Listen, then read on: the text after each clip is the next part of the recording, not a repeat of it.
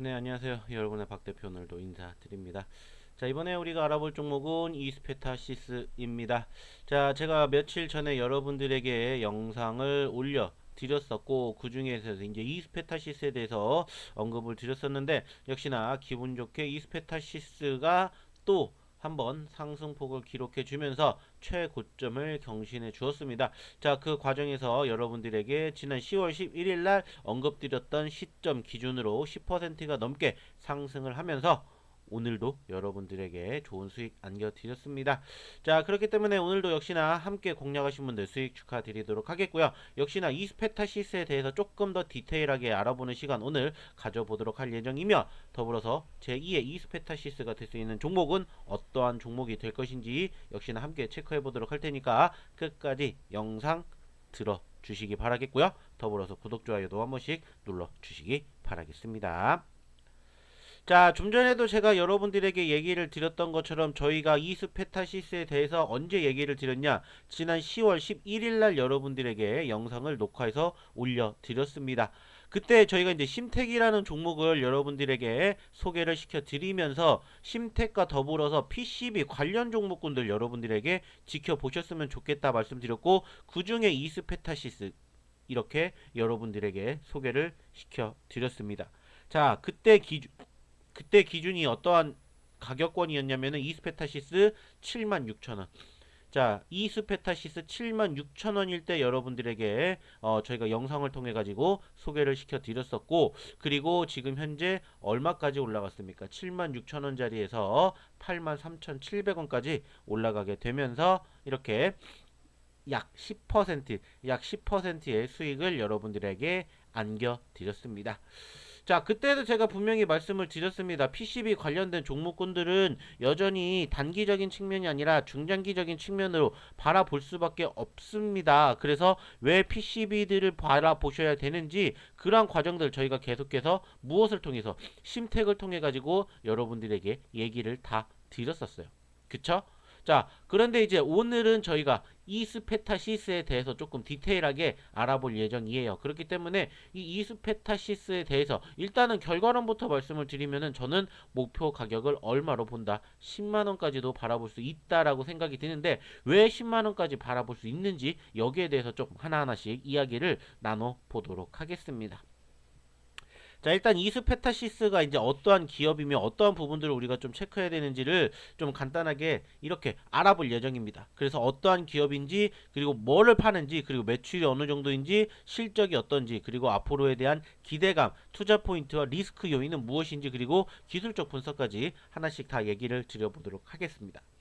자, 일단 첫 번째 해당 기업은 어떠한 기업이냐라고 본다면은 일단은 지금 보시는 것처럼 해당 기업은 역시나 어떠한 부분들이 부각이 되어 있습니까? 역시나 PCB 쪽이라고 우리가 생각할 수 있는 그러한 기업이죠. PCB. 그래서 1972년도에 설립이 되었고, 지난 2003년도에 어디에? 코스피에 상장을 한 PCB 전문 기업입니다. 자, 여기서 PCB라는 것은 뭐다? 단순하게 인쇄, 회로, 기판이다. 이렇게 생각을 해주시면 될 것 같습니다.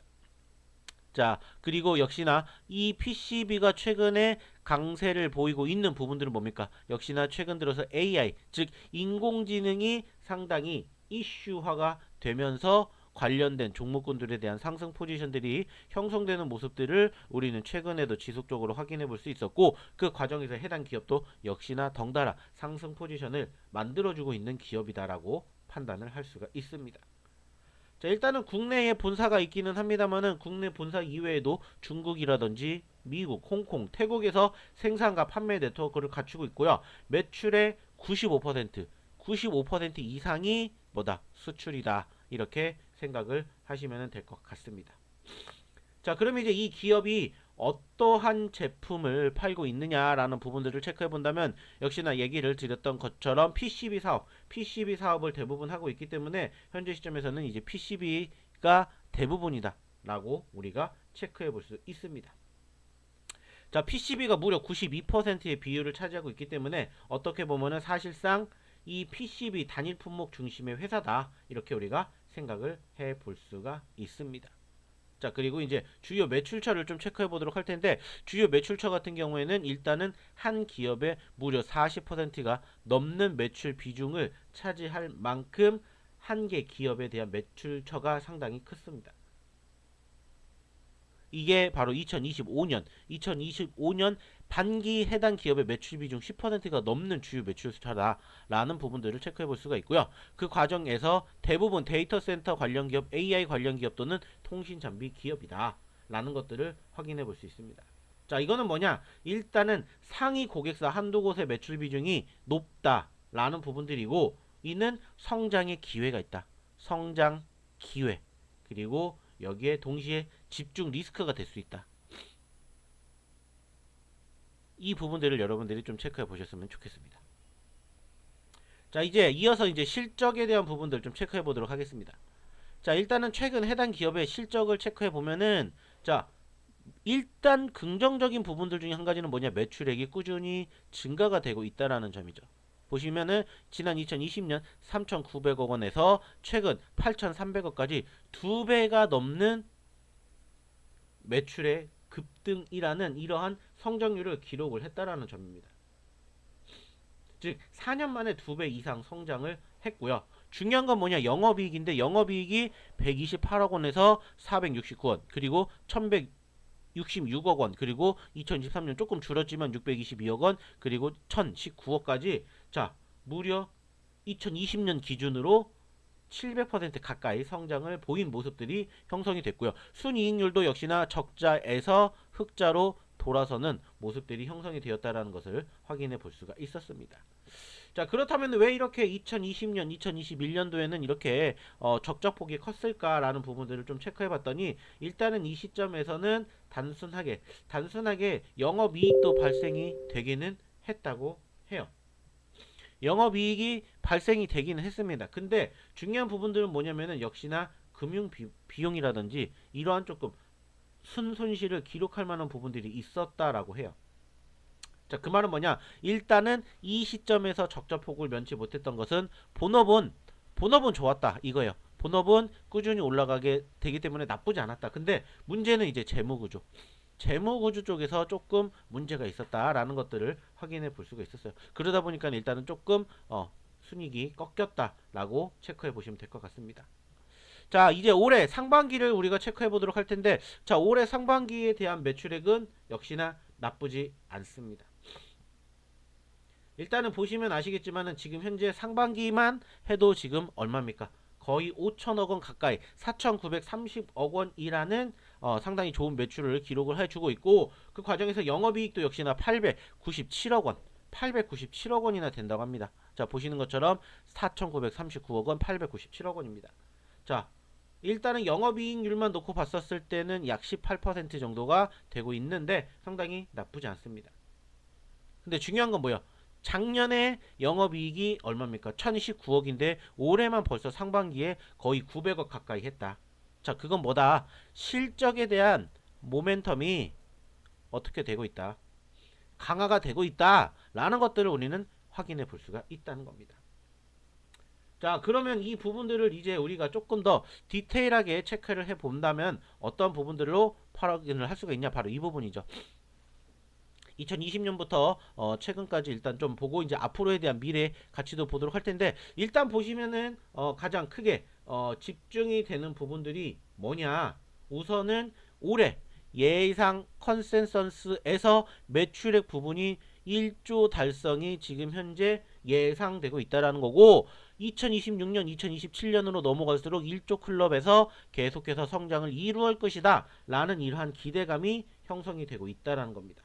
그리고 이제 영업이익도 말 그대로 이제 1000억 원대에서 1800억, 2400억, 2900억으로 나날이 영업이익이 최하 10%, 20% 이상 상승을 하고 있고, 그 과정에서 역시나 단기순이익도 지금 꾸준히 증가가 되는 부분들이 기대가 되고 있다는 겁니다. 자, 그 말은 뭐냐? 일단 좀 전에도 말씀을 드렸던 것처럼 이러한 상반기 매출액과 영업이익을 고려한다면은 충분히 올해 단기순이익 1800억도 불가능하진 않다. 즉 그 말은 뭐다? 일단은 전망치 자체가 지금 보고 계시는 이 컨센서스 전망치 자체는 타당하다 라고 우리가 볼 수가 있다는 거죠. 그 말은 뭐다? 앞으로도 충분히 크게 상승 성장 기대해 볼 수 있다라는 점입니다.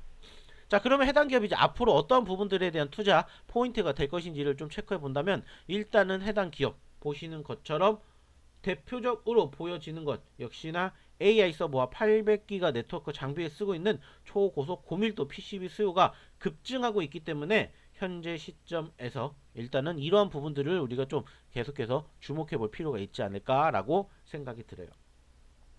그리고 2025년 기준 PCB 평균 단가가 제곱미터당 440만 원이라고 합니다. 440만 원이라고요. 자, 그 말은 뭐냐? 작년에는 이게 370만 원이었는데 440만 원으로 늘었대요. 그 말은 뭐다? 그만큼 수요도 급증을 하고 있고 고부가 제품이구나, 고부가 제품이구나라는 것들을 우리가 또 한번 확인해 볼 수가 있다는 겁니다. 그렇기 때문에 아주 성장 기대가 있다라는 거고, 자, 여기에서 끝나는 게 아니라 그만큼 해당 기업은 계속해서 뭐도 하고 있다? 투자도 하고 있다라는 점입니다. 보시면은 지금 신규 공장을 지금 계속해서 만들고 있는데 2025년에서 2028년까지 한다고 합니다. 근데 그때 쓰이는 비용 총 투자액이 무려 4천억 원이라고 해요. 4천억 원. 즉 4천억 원 규모의 신규 공장 및 기계 장치 투자를 지금 계속해서 하고 있는 만큼 앞으로에 대한 기대감도 있다. 즉 생산 능력까지도 지금 어떻게 하고 있다? 확대를 하고 있다. 거기에다가 매출 성장으로 이어진다면 이 기업은 앞으로 향후 몇 년 동안에 기대감이 있다라는 것들을 우리는 확인해 볼 수가 있다는 겁니다. 자, 근데 이제 말 그대로 변수가 될 수 있는 리스크도 우리가 좀 체크를 해봐야 될 텐데, 자, 리스크는 이거라고 생각합니다. 아까도 보여드렸던 것처럼 집중도가 있었죠. 한 기업에서 매출의 42%가 나온 만큼 발주에 대한 변동 리스크가 있을 것이다. 그리고 지금 워낙 강세를 보이고 있는 이 IT 쪽, 즉 AI 데이터 센터에 대한 투자 열기가 식을 경우 역시나 성장성이 둔화가 될 수도 있다. 아까 처음에도 시작했듯이 AI가 요즘에 어때요? 시장을 어떻게 보면 소위 말해서 지배를 한다라고도 우리가 볼 수 있을 것 같은데, 이 과정들이 조금씩 지금처럼 올라가지 않는다면은 역시나 매출 성장도 조금은 아쉽게 흘러갈 가능성도 있다라는 것들을 우리가 좀 체크해 볼 필요는 있다. 그리고 이제 카펙스 부담인데, 일단은 투자가 되기 있기 때문에 그 투자 금액이 아까 말씀드렸죠. 4천억 원이기 때문에 단기적으로 현금에 대한 부담이 있을 수는 있다. 그리고 이제 최근 원자재라든지 환율 리스크가 여전히 있죠. 아시는 것처럼 여전히 전쟁에 대한 부분들, 그리고 이제 미중 리스크가 있다 보니까는 환율이 지금 계속해서 변동폭을 키우고 있기 때문에 여기에 대한 원가라든지 수익성에 대한 변동이 가능성이 있다. 왜? 아까도 말씀을 드렸듯이 매출의 대부분이 어디에서? 수출에서 나오기 때문에 이런 부분들을 우리가 좀 체크를 해봐야 되지 않을까라고 판단이 됩니다. 자, 그래서 일단 좀 결론을 내본다면은 결국에는 해당 기업은 뭐 어떻게 보면 단순히 봤었을 때 테마주냐라는 그러한 성격을 띈다면 사실 지금 현재 물론 움직임이 크기는 해요. 근데 단순하게 봤었을 땐 테마주는 아니라고 생각을 한다는 거예요. 과거의 부채 비율이 상당히 높았습니다. 무려 500%까지 갔었는데 지금은 어때요?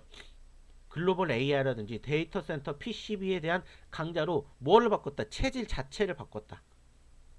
그렇기 때문에 현재 시점에서 현재 단기적인 측면으로는 분명히 어느 정도 조정이 보일 수는 있겠지만 장기적으로는 일단은 실적에 대한 성장이 기대가 되고 있고, 그리고 이제 투자가 진행이 되고 있고, 그리고 이제 재무구조, 아까도 보셨듯이 재무구조 자체가 안정화가 되고 있기 때문에 이 삼박자가 이루어지기 때문에 앞으로도 중장기적으로도 충분히 기대감을 보여줄 수 있을 것이다 라고 말씀을 드린다는 거예요. 그래서 제가 아까도 여러분들에게 처음부터 결과를 말씀드렸죠. 어떤 결과? 자, 이거는 무조건 10만원까지 지켜보셔도 좋습니다 라고 말씀을 드렸던 이유가 바로 이 부분들이 다 잔존하기 때문입니다. 차트도 보시면 사실 최근에 어때요? 지속적으로 우상향의 흐름들이 지금 작년 11월 18일 날 2만 원 저점 찍고 지금 이렇게까지 가고 있어요. 400%가 지금 넘게 급등세를 보여줬는데 그 과정에서 추세가 일단은 우상향이기 때문에 이게 이루어졌다라고 볼 수 있어요. 그래서 단기적으로는 적어도 최소한 차트상에 보시면은 어떠한 이평선 60일 이평선에 지금 지지가 계속해서 만들어지고 있기 때문에 이 부분들을 적어도 이탈하지 않는다라면은 말씀드렸던 10만원까지는 충분히 가능한 종목이다라고 생각을 합니다. 그렇기 때문에 이 부분들을 조금 여러분들이 주목해서 계속해서 체크해 보셨으면 좋겠다라는 말씀을 저는 드리고 싶습니다. 참고해 주셨으면 좋겠고요. 더불어서 이 기업과 함께 보셔야 되는 PCB 종목군들도 제가 여러분들에게 어디를 통해서 영상 통해서 자 녹화해 드렸기 때문에 함께 좀 체크해 보셨으면 좋겠다는 말씀 드려보도록 하겠고요. 더불어서 이 이스페타시스에 대한 추가적인 대응 방안을 지금 얘기를 드렸지만은 당장 오늘 내일 어떻게 움직이는지 함께 하고 싶으신 분들은 저희 어디로 010-8132-7765로 문자 소통이라고 하나 보내주시면 저희가 이 무료 소통방에 함께 하실 수 있는 기회를 저희가 드리도록 할 테니까 빨리 오셔서 저희랑 함께 이 이스페타시스 그리고 더불어서 후속주들 그리고 아까도 얘기를 드렸던 PCB주들 한번 함께 지켜보시는 기회를 만들어 보셨으면 좋겠다라는 말씀을 드리면서 저는 이번 영상은 여기서 마치도록 하겠습니다. 감사합니다.